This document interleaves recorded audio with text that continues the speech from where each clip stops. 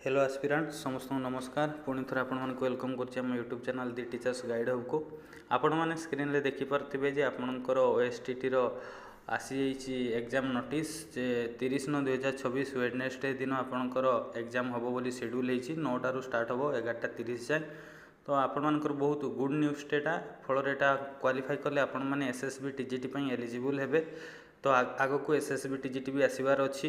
तो OSTT related आपणकर class भी आम चैनल कंटिन्यू हम। तो बहुत वीडियो भी अच्छी आम चैनल ऑलरेडी अपलोड होगी आउ नेक्स्ट भी जो गुड़ा ना आम सिलेबस वाइज सब गुड़ा को अपलोड करदेबू प्लेलिस्ट रे आम कनेक्ट करदेबू एगुड़िक।